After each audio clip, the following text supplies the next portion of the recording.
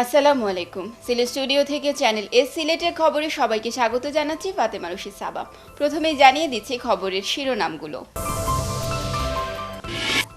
শিল্পপতি রাগিব আলী আটক, জামিন নামঞ্জুর, কারাগারে পাঠানোর নির্দেশ।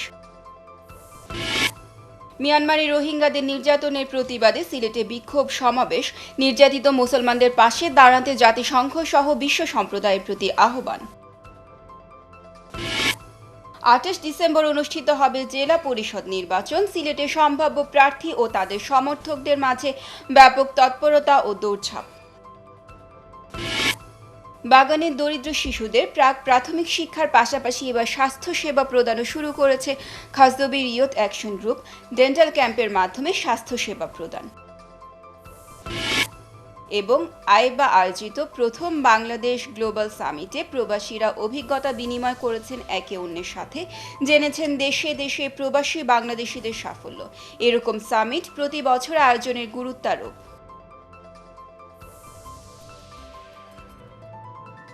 এতক্ষণ শিরোনাম শুনছিলেন, এবারে পুরো খবর। শিল্পপতি রাগিব আলীকে ভারতের করিমগঞ্জের ইমিগ্রেশন পুলিশ গ্রেফতার করেছে। পরে সেখানকার পুলিশ শিল্পপতি রাগিব আলীকে সিলেটের বিয়ানীবাজার উপজেলার শাওলা সুতারকান্দি ইমিগ্রেশন দিয়ে বিয়ানীবাজার থানা পুলিশের কাছে তাকে হস্তান্তর করে। তার বিরুদ্ধে সিলেটের তারাপুর চা বাগানে প্রায় 2000 কোটি টাকার দেবত্ব সম্পত্তি আত্মসাতের মামলা রয়েছে। আমাদের স্টাফ রিপোর্টার এম হাসানুল হক উজ্জ্বলের রিপোর্টে থাকছে বিস্তারিত। ক্যামেরায় ছিলেন রুহিল আহমেদ। দেবোত্তর সম্পত্তি আত্মসাৎ সংক্রান্ত দুটি মামলায় গত 10 আগস্ট শিল্পপতি রাগিব আলীর বিরুদ্ধে গ্রেফতারি পরোয়ানা জারি করেন আদালত।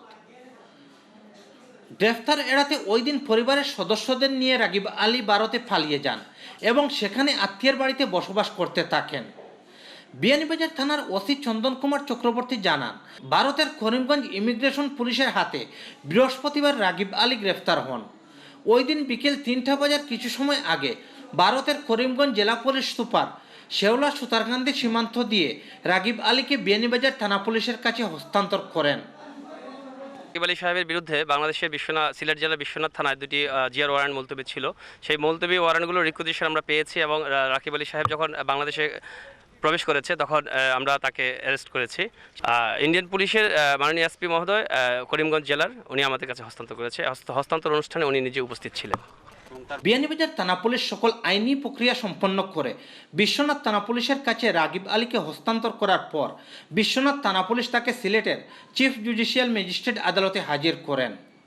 তারাপুর চা বাগানের দেবোত্তর সম্পত্তিতে অবৈধ স্থাপনা নির্মাণের মাধ্যমে 1000 কোটি টাকার ভূমি আত্মসাৎ এবং জালিয়াতের দুটি মামলায় জামিন নামঞ্জুর করে সিলেটের অতিরিক্ত মুখ্য মহানগর হাকিম আদালতের বিচারক উম্মেশ রাবণ তহুরা তাকে কারাগারে প্রেরণের নির্দেশ দেন।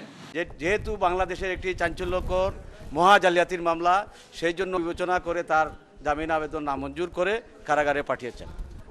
বাস্তবে এই মোকদ্দমার রেকর্ডপত্র পর্যালোচনা করলে দেখা যায় রাগিব আলী সাহেবের বিরুদ্ধে এই জালিয়াতির কোনো অভিযোগ নাই।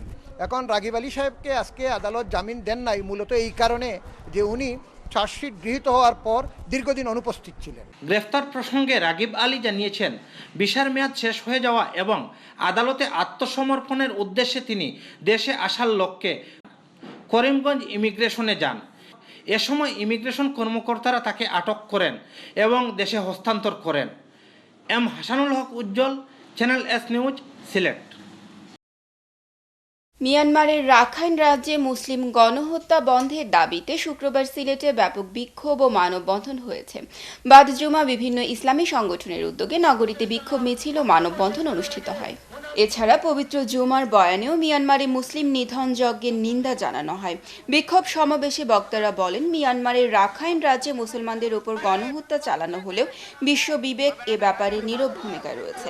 তারা মিয়ানমারের নির্যাতিত মুসলমানদের পাশে দাঁড়াতে জাতিসংঘ সহ বিশ্ব সম্প্রদায়ের প্রতি আহ্বান জানান। সমাবেশ ও মানববন্ধনে বক্তারা অং সান সুচির নোবেল পুরস্কার প্রত্যাহারের জন্য নোবেল কমিটির প্রতি আহ্বান জানান। এদিকে মিয়ানমারের রাখাইন রাজ্যে রোহিঙ্গাদের উপর রাষ্ট্রীয় নির্যাতনের প্রতিবাদে এবং নির্যাতিতদের জন্য বাংলাদেশের সীমান্ত খুলে দেওয়ার দাবিতে সুনামগঞ্জে বিক্ষোভ মিছিল ও সমাবেশ হয়েছে। শুক্রবার দুপুরে জমিয়তে উলামায়ে ইসলাম বাংলাদেশ সুনামগঞ্জ জেলা শাখা এই বিক্ষোভ ও সমাবেশের আয়োজন করে। দুপুর 2টায় সুনামগঞ্জ পৌর শহরের আলফা স্কয়ার এলাকায় এই সমাবেশ হয়। সমাবেশে বক্তব্য দেন সংগঠনের কেন্দ্রীয় যুগ্ম মহাসচিব তফাজ্জল হক আজিজ, জেলা সভাপতি মাওলানা আব্দুল বসির, মাওলানা আনোয়ার হোসেন ও মাওলানা আতাউর রহমান লস্কর সহ আরও অনেকে। সমাবেশে বক্তারা অং সান সুচির নোবেল পুরস্কারে প্রত্যাহারের জন্য নোবেল কমিটির প্রতি আহ্বান জানান। পরে শহরে বিক্ষোভ মিছিল বের করেন তারা। 28 ডিসেম্বর বাংলাদেশে জেলা পরিষদ নির্বাচন অনুষ্ঠিত হবে। ইতিমধ্যে জেলা পরিষদ নির্বাচনের তফসিলও ঘোষিত হয়েছে। স্থানীয় সরকার জনপ্রতিনিধিদের ভোটে নির্বাচিত হবেন জেলা পরিষদ প্রশাসক ও অন্যান্য প্রতিনিধিগণ। এদিকে জেলা পরিষদ নির্বাচনকে সামনে রেখে সিলেটে সম্ভাব্য প্রার্থী ও তাদের সমর্থকদের মাঝে ব্যাপক তৎপরতা ও দৌড়ঝাঁপ লক্ষ্য করা যাচ্ছে। সিলেট থেকে বিস্তারিত জানাচ্ছেন আমাদের বিশেষ প্রতিনিধি আব্দুল মালিক জাকা। ক্যামেরায় ছিলেন লিটন চৌধুরী ও আমিমুল এহসান রাহিন। 21 সদস্য বিশিষ্ট জেলা পরিষদ নির্বাচনে 1 জন চেয়ারম্যান, 15 জন সদস্য এবং সংরক্ষিত আসনে 5 জন মহিলা সদস্য নির্বাচিত হবেন। সিলেট জেলা পরিষদের 15টি ওয়ার্ডের আওতাধীন সিলেট সিটি কর্পোরেশন 13টি উপজেলা, 4টি পৌরসভা ও 105টি ইউনিয়নে মোট ভোটার সংখ্যা 1493 জন। নির্দলীয় ছাড়াও সিলেটে সরকার সমর্থিত দলের একাধিক ব্যক্তি জেলা প্রশাসক ও সদস্য পদে প্রার্থী হতে আগ্রহী। সিলেট জেলা পরিষদের বর্তমান প্রশাসক ও জেলা আওয়ামী লীগের ভারপ্রাপ্ত সভাপতিও প্রশাসক পদে প্রার্থী হতে ইচ্ছুক। আমি আশাবাদী যে নেত্রী যেহেতু আমাকে 2 মাসের জন্য দিয়েছেন বলে আমি মনে করি না, আমাকে নমিনেশন দিবেন। আর যদি আমাকে নাও দেন, যাকে দিবেন, আমি সমস্ত জীবন রাজনীতি এক নীতির উপরে করেছি, ছাত্রলীগ করেছি, আওয়ামী লীগ করেছি।